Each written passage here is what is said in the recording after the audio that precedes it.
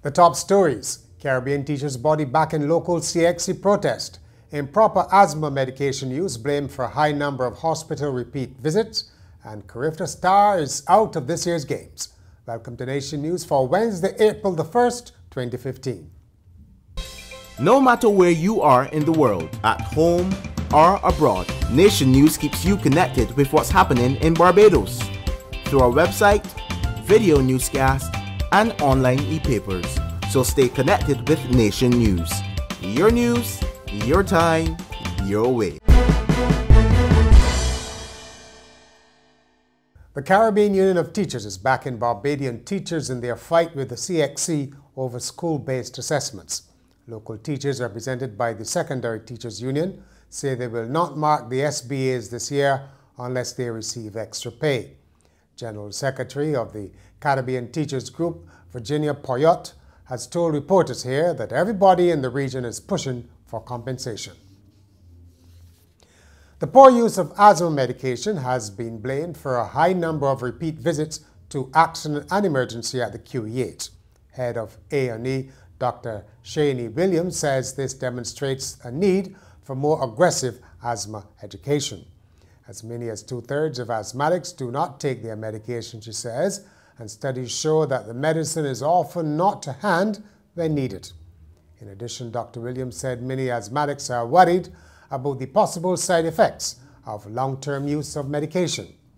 The hospital's Asthma Bay, the Hope Foundation, and the Precious Touch Foundation are the three entities which will benefit from this year's ICBL Family Fun Run and Walk on Heroes Day.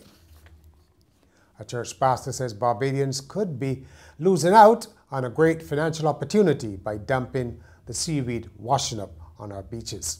Michael Holford of Abundant Life Assembly made the claim during a sermon in St. Michael's Cathedral, where Harrison College was holding its Founders' Day service. Reverend Holford said seaweed was seen as a valuable commodity around the world. A discount card for people with disabilities has been launched.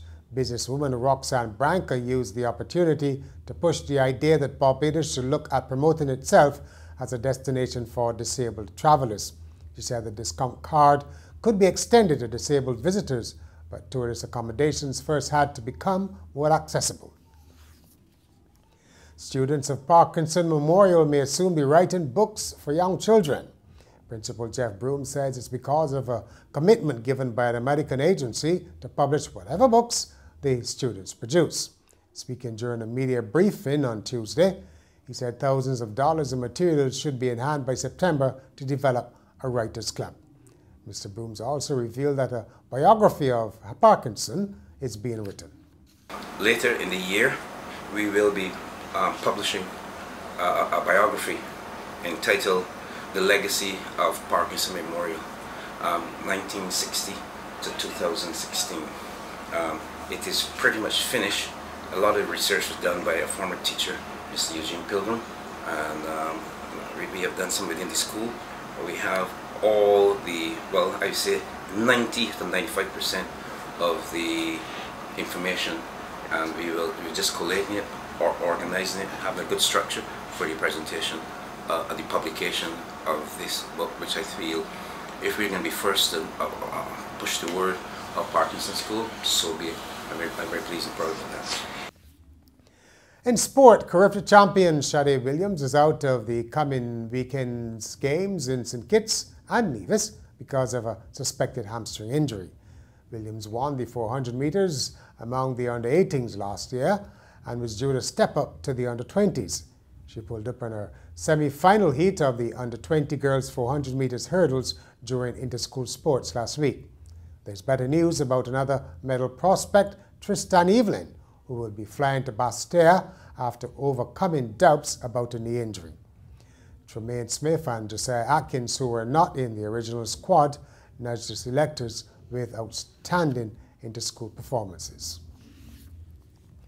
And finally, All Saints Church in Wolverhampton in central England has rescheduled its usual Monday-Thursday service to, get this, avoid upsetting a group of prostitutes.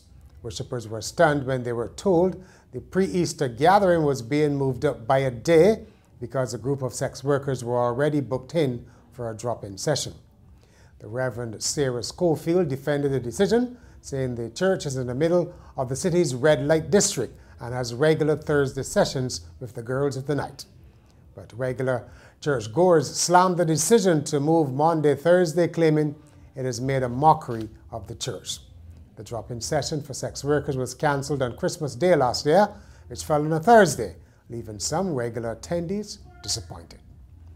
And that's Nation News for Wednesday. For more, log on to nationnews.com, as well as YouTube, Facebook, and Twitter. And remember to pick up your early Weekend Nation. It's a day early on Thursday, or subscribe to our e-paper.